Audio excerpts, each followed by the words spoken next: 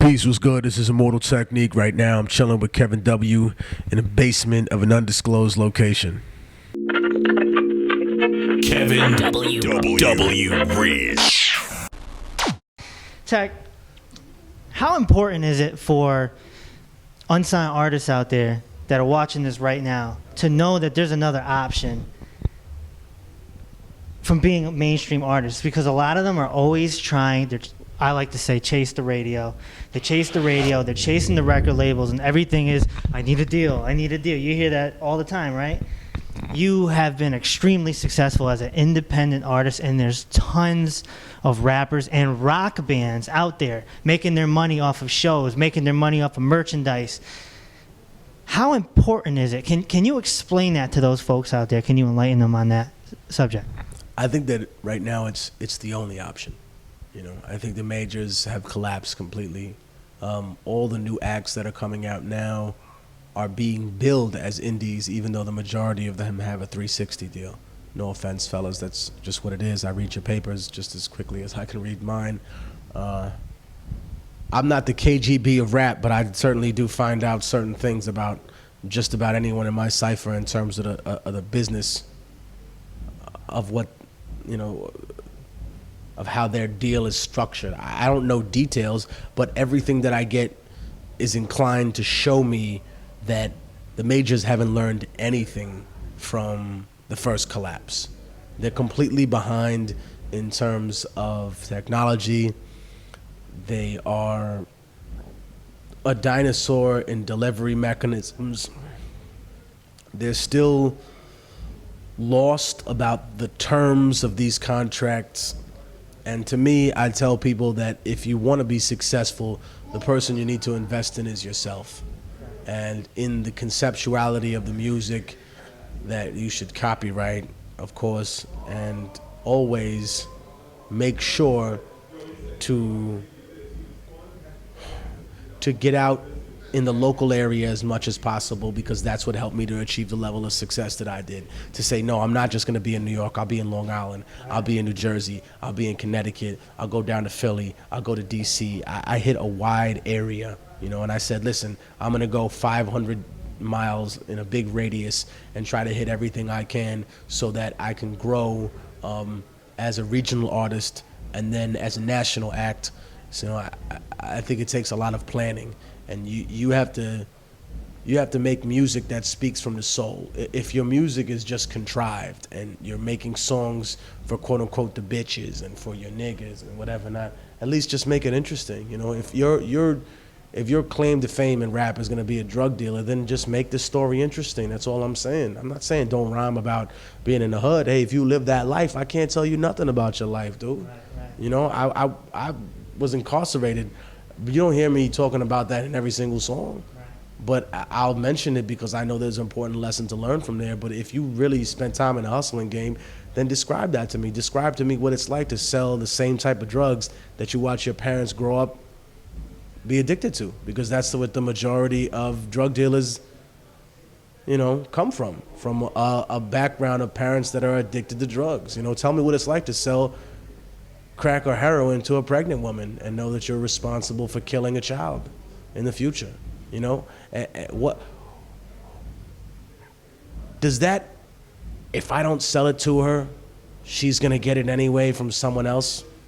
Do you really believe that? Is that your excuse? Is that how you feel less guilty for doing what you do in life? Because if it is, I can tell you how many holes that idea has in it. You know what I mean?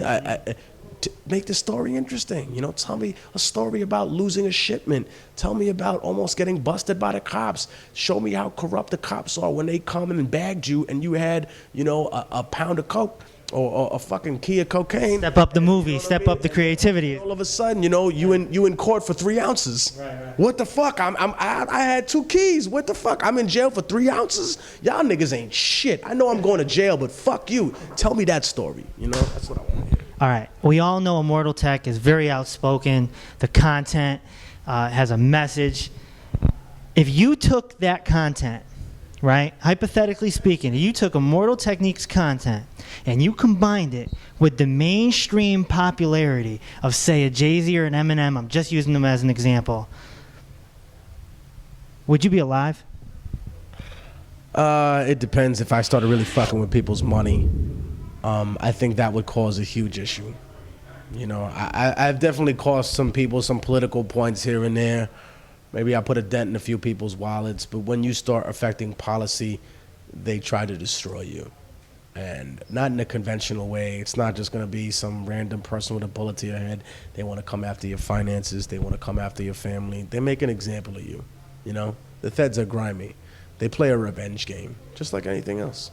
Just like that Afghanistan thing, you know? We burned the Qurans by accident. They killed 2 troops of ours. And this country just doesn't have the balls to say, hey, you know what? You kill 2 of us, we're going to kill 16 of you. And we're going to burn the bodies, and we're going to tell you that just one guy dragged 16 people out in a night and burned all of the bodies. And you keep hearing the news outlets repeat it again and again and again and again. The soldier that was accused, the soldier that was accused, the soldier that was accused, as if to say that the idea that more people were involved or that the higher chain of command was involved is completely out of the picture. Nobody believes you anymore. And the sad thing about any government is that it doesn't fail when it just loses wars. It fails the most when people no longer believe in it. And that's where we are now. Do you think Tupac was made an example of? Because at the end of his career, he was talking Illuminati. He was Yes and no. I mean, I think God rest his soul, but Pac was in places he shouldn't have been. You know, as an act that is that famous, dude, you should have other people taking care of some idiot at the show. I don't deal with that, yo. You know, if I'm out with my lady and I'm eating dinner at a restaurant and some asshole, you know, is gonna hit on her in front of me, yeah, all right, he might fly through a fucking window. But I'm at a show. What I got to do with you, dude? Man, if someone's drunk and unruly, I'm gonna stop the world and melt with you. This ain't a fucking 80s song. Dude, I'm gonna get the security to throw your ass out. Or I'm gonna get one of the goons, since we don't usually have club security to do shit like that, to pick you up and fucking launch you into tomorrow. Because I don't have time to deal with you. If I took time out of my day to deal with every stupid person who was trying to turn my life into their political agenda, I wouldn't be able to do what I do and help all the people that I help. You know, I think that what's sad about the Pac situation is he didn't have to be there. And he shouldn't have been there. He should have been in a car on his way back to LA instead of being thumping in a fucking strip. And that's the saddest part. Just realize that if you do talk about shit like that, you have to change your life to be according to realize how they're gonna come at you. Right.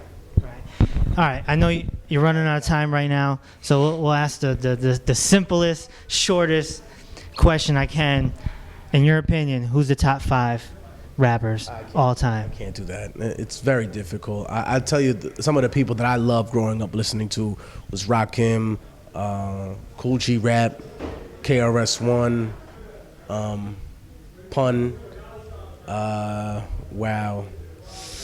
I know I'm leaving so many people out. I can't do this anymore. Melly Mel is obviously one of the best. Obviously, damn. LL. You know, I could keep going forever. Who's out there now that has your ear? I'm gonna stop. There's a lot of people. It's not just one person, but mostly I'm trying to be out there promoting people that are in the Rebel Arms on Viper Records, Diabolic, Akir, Swave, Sever, Poison Pen, Chino XL has a new record dropping. I have the movie, the documentary, The Revolution of Immortal Technique, actually featuring, of course, Public Enemy. I have Ice-T, Chuck D, Ice-T, of course, another one. Ice-T, Chuck D, KRS-One, Woody Harrelson, Cornel West, a slew of other people. I know I'm leaving out so many people. It drops in late June, early July, and then I have the Middle Passage coming out in fall. You know, get at me at Immortal Tech on Twitter. ViperRecords.com. Download the Martyr absolutely for free. You don't gotta fill out no survey. You don't have to sit through no Vivo advertisement. You click a button in 7 minutes. Just free. They got it. You got the motto. Free 99. Right. Immortal Tech, man. Appreciate the time, man. Brother, All right, out of man. here. Toad's Place. Yeah, man. Immortal Technique, Connecticut. Look for that truthisScary.com interview. TheScary.com, baby. We out of here. Peace. Kevin W. Rich.